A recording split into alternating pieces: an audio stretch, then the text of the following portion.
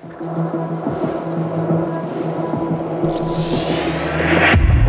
see you. We see all of you. You who have traded safety for comfort and convenience. Technology has made your lives easy. It has made you vulnerable as you continue to exploit what you do not understand. We are many, we are faceless, and you are alone.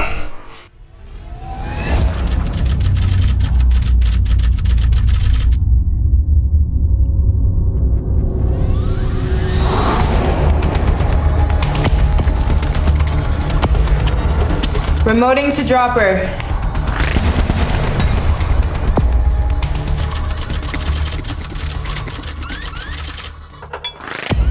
Door. I found a suspicious link on the darknet.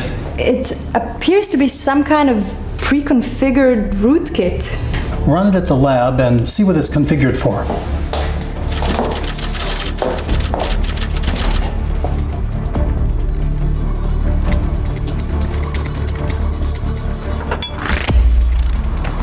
Dropping payload.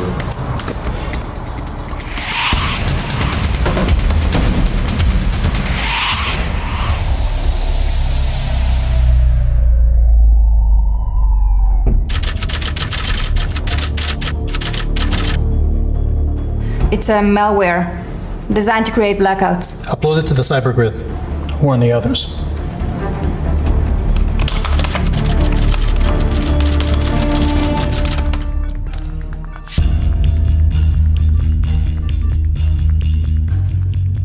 Okay, I got this.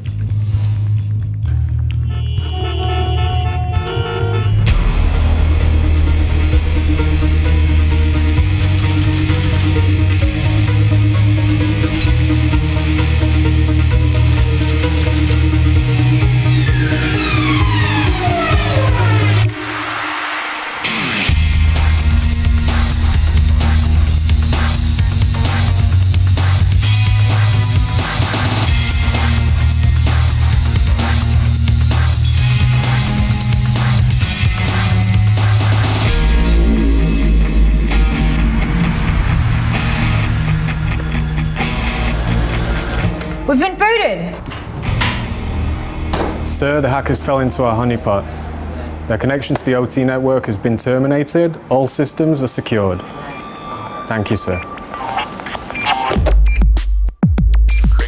The CyberGrid is the world's first proactive cyber defense community, a vast intelligence sharing network to battle the darknet, bringing together members from all over the world across all sectors into one cyber defense community, with one goal: to stay one step ahead of cyber threats. We are watching the watchers and stacking the odds back in our favor.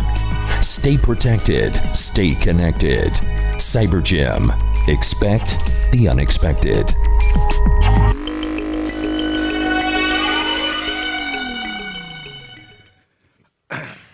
So, good afternoon, everyone. My name is Ofir, Hason, like the MC just said.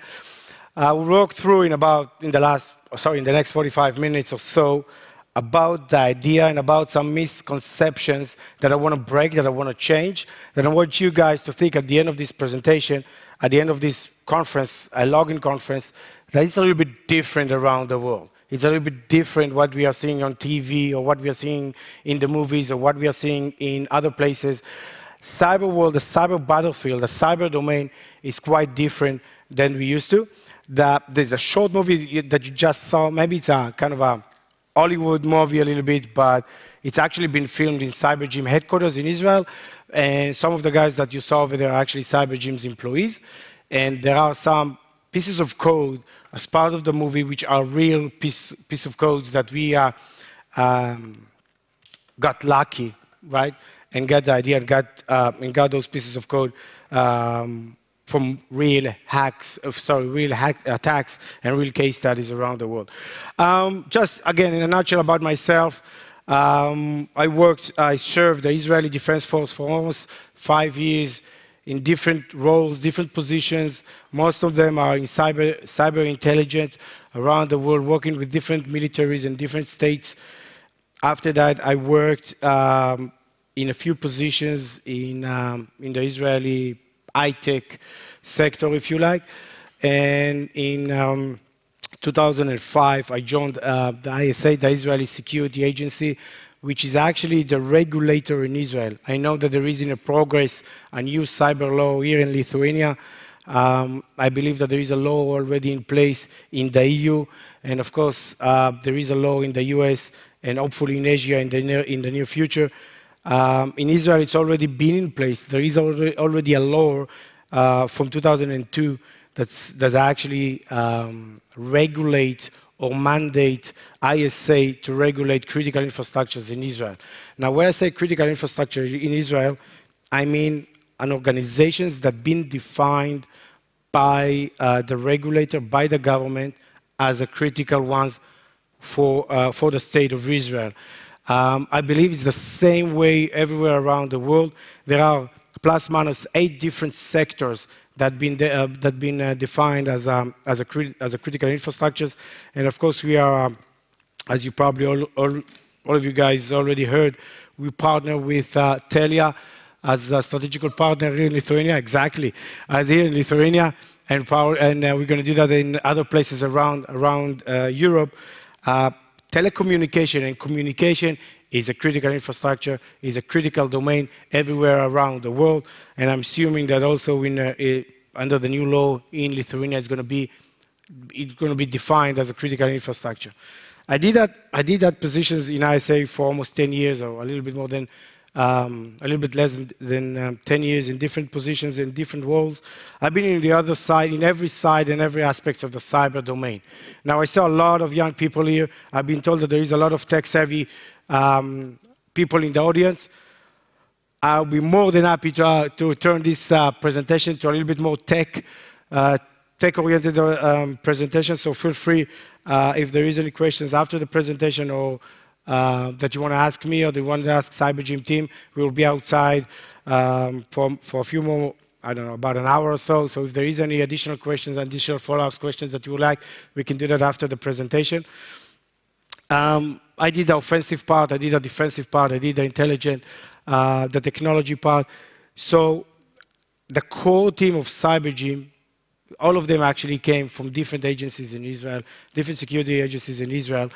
That means that we identified the main problem, what we believe the main problem in the cyber world, and we believe it's the human factor. It's going to take some time, but all of you guys probably are a vulnerability for your organization, unless you know what you're doing, unless you will be trained, unless we will be able to utilize your skill, we will be able to raise your level, your awareness level against cyber attacks and cyber security. Well, by the end of 2012, we started this core team of CyberGym management decided to go and say, let's do something about it. Okay?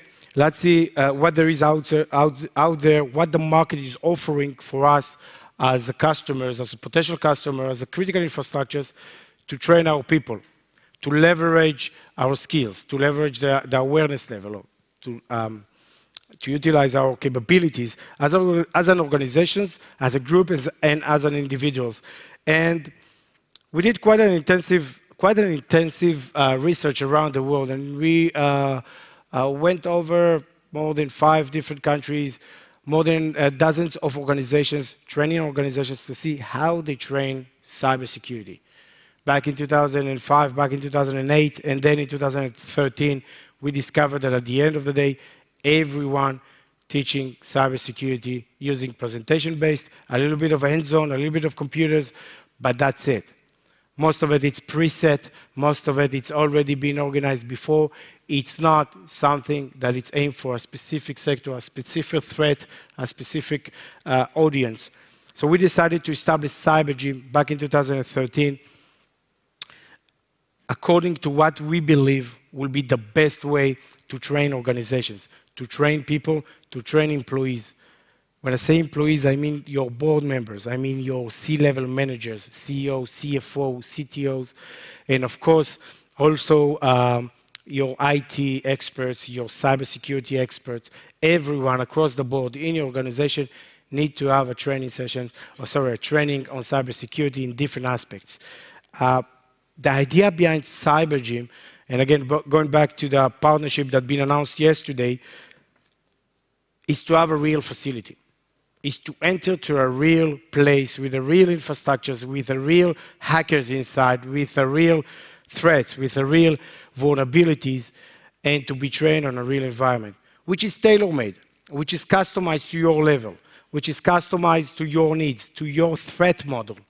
I'm quite sure that Lithuania has a different threat model than Israel, than the US, than Germany.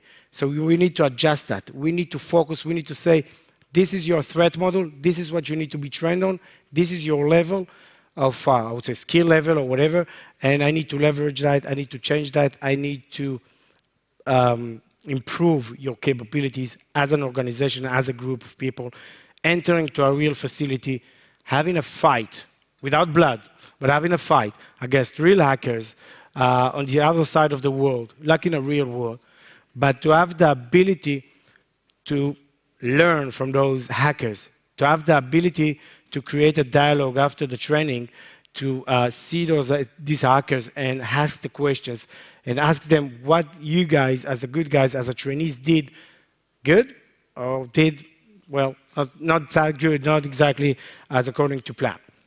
Now, some of you guys will tell me, well, we are small organizations, we are small companies, maybe some startups, maybe a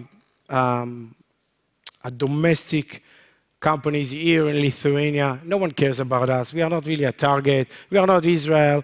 We don't have enemies. Or, we are not the US. We're just Lithuania, small countries in the north side of Europe.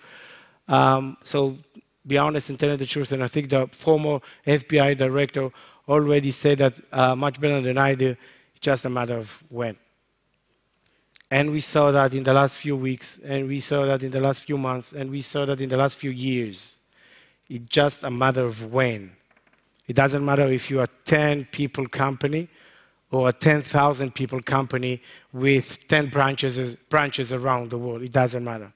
At the end of the day, you will be a target. At the end of the day, you will have an enemy. At the end of the day, you will have people that will come up and say, we want to target you, we want to hack you because I want to achieve, I want to get something from you.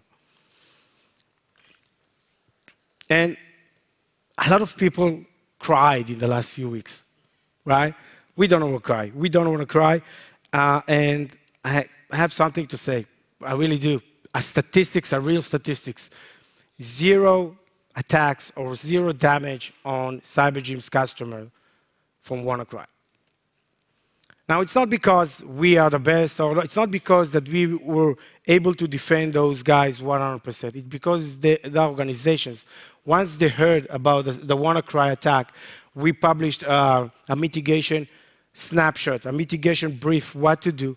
They knew exactly what to do. They react according to procedures and policies that they have in place, that they had in place before. Once it happened, once they've been attacked, they were able to contain that. They will be able to say, we know what to do, we are not getting in panic, we have enough time to respond, so we have enough response time, that's fine. 0 damage on customers, on CyberGym's customer for WannaCry. Now I know that a lot of people around the world being attacked by WannaCry, and I know that the hackers, the bad guys, actually fail to to take money out of it, a lot of money out of it. It's actually been one of the biggest failure from the bad guys' perspective as a cyber attack, because the distribution, the amount of the people, the amount of the organizations, the amount of the computers that have been attacked in the last few weeks, and I promise you, gentlemen and ladies and gentlemen, it's going to be in the near future also. Next week, we're going to hear another wave of WannaCry, another shape, another type of WannaCry, and we're probably going to hear that for the next few weeks also. But the amount of those organizations that have been attacked was enormous.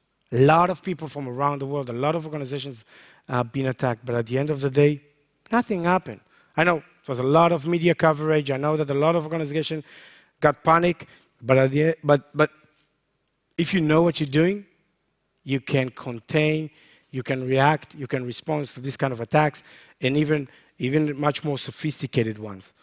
Now, another misconception that I want to break, and which is very important for us to understand. Once you understand that you are a target, once you understand that the attacks, the hackers, the infrastructures is across the board. It could be from communication, it could start from mobile phones, oil and gas sectors, it could continue to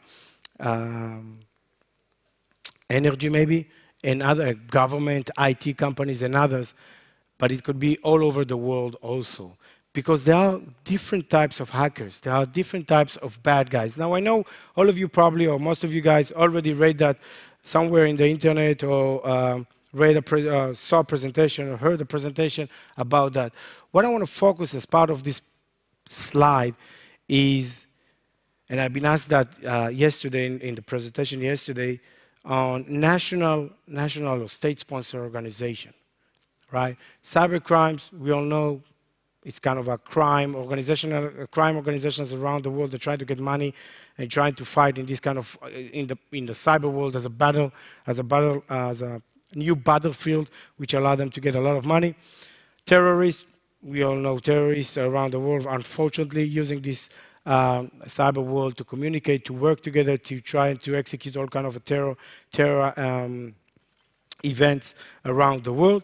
Activists, well, we all I'm not sure that, but probably most of you already heard about Anonymous as one of the famous international hacker group.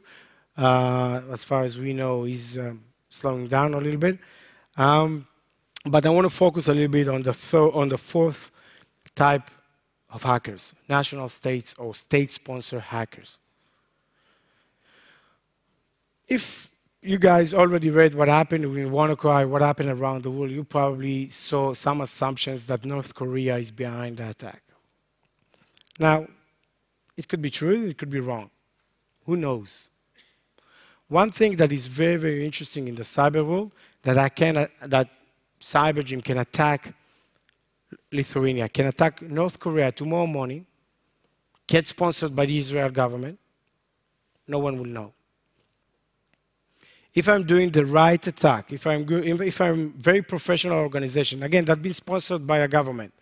Again, it doesn't matter if it's CyberGym or any German organization from Germany that's trying to attack Israel. If I'm executing the attack in the right way, in high level, no one will be able to backtrack. No one will be able to backtrack our capabilities and our, I would say, foothold back to my organization, back to the bad guys, back to the company, back to the country. And that's what happened in WannaCry. That's what happened in other examples that I'm going to share with you in these slides. And some of the examples you already saw in previous occasions, but I want to give you these examples in a different way. I'm going to present these examples in a different way. Excuse me. Another thing that we discovered about national state or state-sponsored organizations, that almost all of the countries, all of the nations around the world, the Western one, are part of the cyber battlefield. Israel is playing in the cyber battlefield. Germany probably also, UK, the US, China, North America, Russia, a lot of organizations, a lot of national organizations around the world, a lot of countries around the world is actually having a significant portion of activity in the cyber world. That means that not only the bad guys are playing in this battlefield, even countries that we considered as good countries, in the good side of the map, is also attacking and playing in this battlefield. Now, we can say it will not happen to us, and we can say that we are small countries in the north of Europe. We can say that we are not a target, but at the end of the day, we cannot ignore what will happen and when it's going to happen. Even if we will, bury our head in the sand, at the end of the day, it will happen to us, and we need to bear that in mind when we are approaching our system, when we are protecting our system, when we are reading and acting, operating our infrastructure and our informational technologies. Now, I don't know how much of you guys are familiar with the DIN attack about a year ago. DIN attack was quite new because they generate the attack using IoT's devices, Internet of Things devices around the world, attacking different organizations, different companies.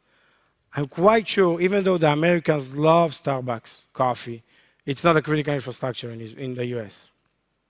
But it's still been attacked. The same goes to HBO, the same goes to Netflix, the same goes to other organizations. It's an example to show you that even if you are not defined as a critical infrastructure in your organization, in your country, you're still a target. You're still a target for very sophisticated attacks. You're still a target for different hackers in different organizations and different bad guys around the world. That's a very good example because it caught those organizations by surprise. Starbucks say, we're only Starbucks. Why that someone will attack us? Well, it did. Starbucks, and not just Starbucks, also the other logos that you can see on the screen actually invested so much money in the last few years in cybersecurity.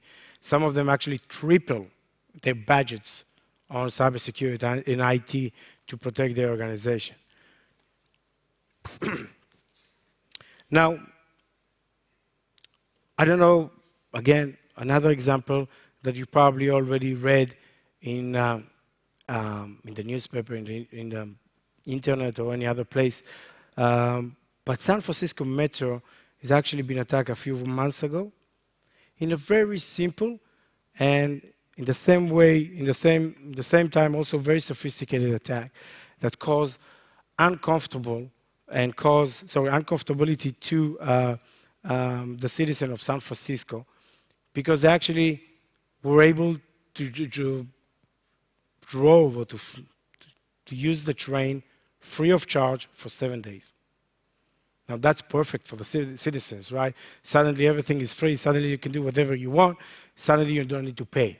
7,000 cashiers, automatic machine to issue train tickets actually been hacked, and you didn't have to pay, you're just pushing the button and you get a train ticket for free. 7 days. Now that caused a huge direct finance damage to the organization, but it also caused them a huge reputation damage to this company. Now,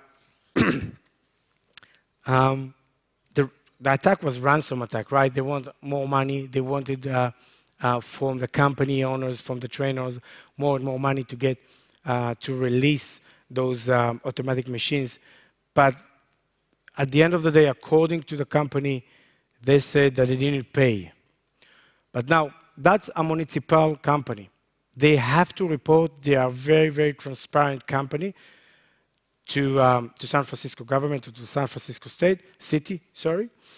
And they, a few weeks after the attack, exposed that they bought Bitcoins. Now, why should San Francisco, the Metro train, will buy Bitcoins if they didn't pay? They paid, at the end of the day, according to what we know, they paid for that. They paid a certain amount of money to the hackers to earn some time until they will be able to release by themselves the automatic machines, the ticket machines, but they paid. Now, I've been asked more than once already, what should I do if I've been ransomed, if I've been attacked? Should I pay or not? Now, it doesn't matter if you are a private person or an organization. My opinion is not to pay. I know it's a difficult decision. I know that a lot of your things is actually very sentimental, important things, but some of them are probably very, very important for your organization. Please don't pay. That's the only way that the hackers will stop. Ransom attacks generating every year hundreds of millions of dollars for the bad guys. They will not stop at least until we will stop to pay.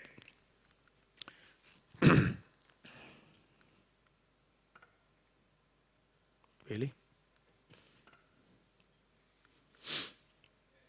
Nah, it's not going to work. Okay.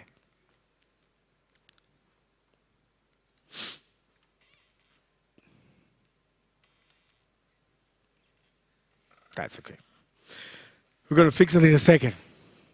You guys need to do some magics over there. The other things that I want to talk about is that organizations, and again, it's another misconceptions that I want to break. And you start at the beginning of the movie, at the end of the attack, and the end of the day that we are working in our organization, we are, as an organization, as companies in Israel, in the US, in Germany, in Lithuania, we are trying to protect our organizations by ourselves. We're investing a lot of money, or invest a lot of money in IT, in firewalls, in antiviruses, in softwares, in appliances, in hiring more and more people, but we do that by ourselves. We are not collaborating. We are not working together. Now, I don't know how much of you guys already been familiar with the bad guys network, with the bad guys activity around the network, around the internet. They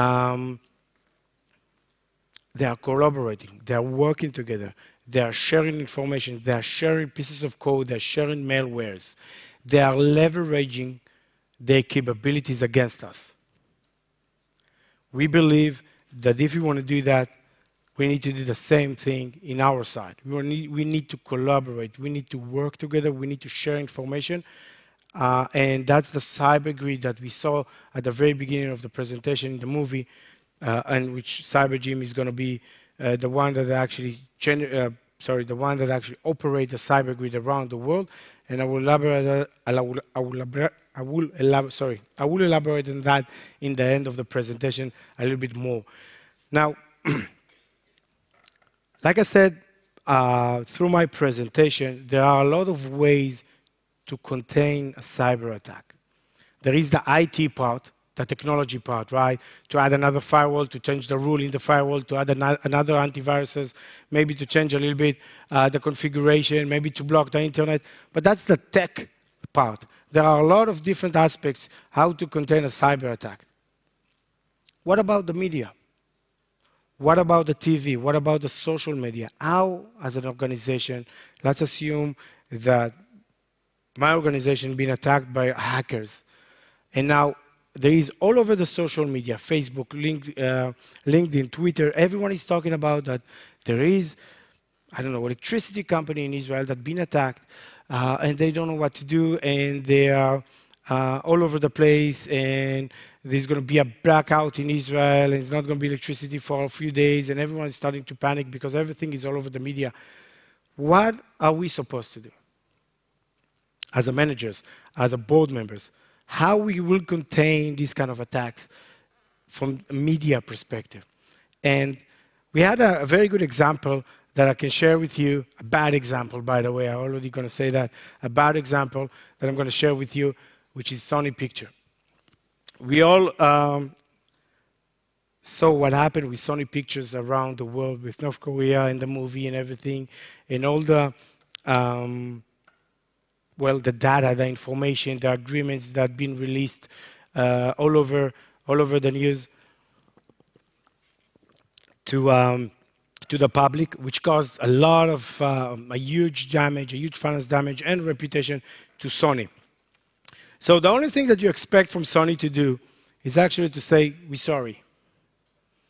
We did a mistake. We succeeded to contain the problem. I know there is some personal information that's been released, and that's fine. But that's the only thing that we thought the Sony Pictures is going to do. But instead, what happened is the CEO. Thank you. The CEO of Sony is actually what happened. The CEO of Sony started to argue, starting to debate with the president of the freedom world, with the President of the United States. And there is a phrase that I'm quoting every time that I'm explaining about this example. The CEO of Sony Pictures said, the President was mistaken, the public did a mistake. Now, to do that in a private room, just with your managers, maybe that's fine, no one will know about it, right? He did that over the media, he did that in an interview, in ABC interview, in front of the whole world. What happened at the end of this argue, or this debate, is this. And I don't know how much of you guys are already familiar with the Japanese culture. That's the most embarrassing pictures that you will ever see. This movement to bound and say sorry is the most powerful and the most humiliating situation that can happen to our senior managers, to our senior levels in Sony, or in Japan as an overall. But they had to bound and say, we're sorry. That's a very bad example. Sorry, that's a very good example how to contain the problem in a very bad way from the media perspective. Don't argue. Don't argue with the media. Don't argue with the president. Just fix the problem and move on. Now, another thing that is very, very interesting when I'm doing these presentations around the world is that everywhere I go, people say, it's not going to happen to us. It happened in Israel. You're from Israel. You have a lot of enemies. It's probably because you have those enemies. That's why you've been attacked all day long. You're from the US. You know, the US, everyone hates the US. That's why you've been attacked. We are from Germany. Everyone likes us. We are from Lithuania. No one knows about us. We are from Australia. No worries. It depends, right? It depends where you are. But the last few attacks, we saw that the distributions, it's all over the place. It doesn't matter if you are from Lithuania. It doesn't matter if you're living in Melbourne or in Sydney in Australia or in Israel, in Tel Aviv. At the end of every attack, we see the statistics that it's all over the world. And if we understand that, we will have the chance to collaborate. We will have the chance to work together. We will have the chance to mitigate the attacks and to mitigate the problem from a technology perspective and mainly from a human factor perspective. Now, I believe in technologies. I'm a techie savvy. I love firewalls. I love antiviruses. I really, really love pieces of code. I think it's great. I think it's amazing to have good technologies. And as you know, Israel generating startups every second day. We don't have enough room for all of those startups, but there are a lot of startups in Israel. We're creating a lot of technologies. Probably in Lithuania, there is a very good startups and very good technologies. The same goes to the US. The same goes to Australia. So we love technology, right? Let's put as much technologies as we can. It's a mandatory to put a firewall in your organization barriers. It's mandatory to update your antiviruses or your anti-malware in your computers. It's mandatory to secure your infrastructure from a technology perspective. But please, it's not enough. You can buy more and more, and the statistics and the history showed us that if you will buy more and more firewalls, if you will buy more and more antiviruses and IPSs and IDSs and whatever, you probably will not cause your organization or make your organization more secure. We're just going to spend a lot of money. That's what's going to happen. I did in some of our customers and our clients all over the world, when I stepped into a board meeting and I asked the board members, how much money did you invest in the last few years in cybersecurity? Then they jumped and said, let's say, a few millions of dollars each year. And I point out, or I ask the CISO, or the CTO, or the CEO, it doesn't matter, can your board members sleep at night? Do you have the silver bullet in your hand saying that you will not be hacked? And of course not, right? The answer immediately was no. There is a lot of things that need to be changed, need to be upgraded, need to be added. And I said, what about your 12, 13, 15,000 employees in your buildings, in your companies? What are you doing about them? It's 15 vulnerabilities 15,000 vulnerabilities, 13,000 vulnerabilities, different vulnerabilities. What are you going to do about them? Well, we certified some of them in Cisco routers. We certified some of them in checkpoint firewalls. We did a awareness campaign last year. That's it. How effective was those training sessions? How effective was those certifications? Not so much. Because it's not the real solution. The real solution is to find a way that all of us will be able to share the information, to share the experience, to share what we are calling in CyberGym war stripes. I will be able to share the experience that we have in Israel. You guys in Lithuania will be able to share your experience from Lithuania with the other community members around the world, with other people around the world, using the cyber grid. Now that we have a presence here in Lithuania, that CyberGym has actually entered to Lithuania as one of the strategical steps in 2017 as one of the strategical partners of TELIA, we will be able to step here into Lithuania and to share with you, customers, and to share with our partners the experience, the knowledge.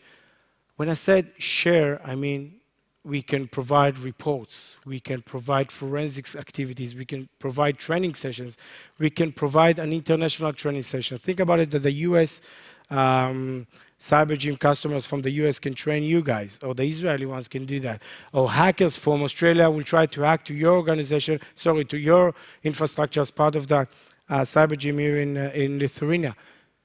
Think about it that you will have a question regarding WannaCry next week and you want to share with someone, you want to ask someone, you want to get from someone some kind of a lesson learned, some kind of an answers. You can do that through CyberGrid and make sure that you will get a solid and you will get a very professional answer from the community, right?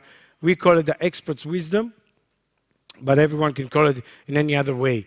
CyberGym at the moment has presence and has CyberGyms across the globe.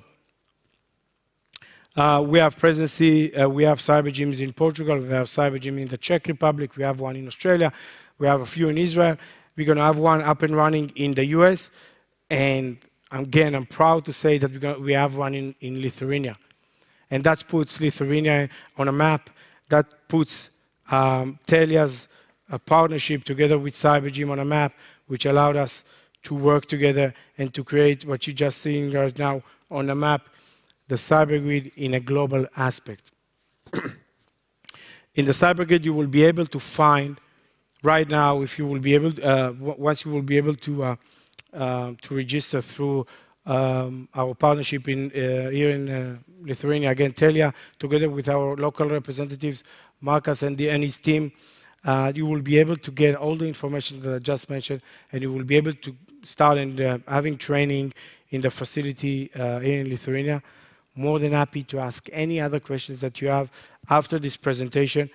Just to wrap up a little bit, to give you the messages or to give you the conceptions or the misconceptions that is very important for me to break and to change a little bit, is that it's not just Israel problem, it's not just the US problem, it's across the world, it's everyone problem, it's across sectors, it's not just technology. Technology is very, very important. You need to put and you need to invest and you need to work together to leverage your employee skills, your managers' capabilities, your board members' capabilities, and you have to make sure that you will be very, very careful and aware what is going on around the world, and not, bury your head in the sand and say we're from Lithuania. It's not going to happen to us. That's my messages for you to take back home. Thank you very much for having me. Thank you very much for participating in the presentation. Again, we will be outside for any other questions that you may have. Thank you very much.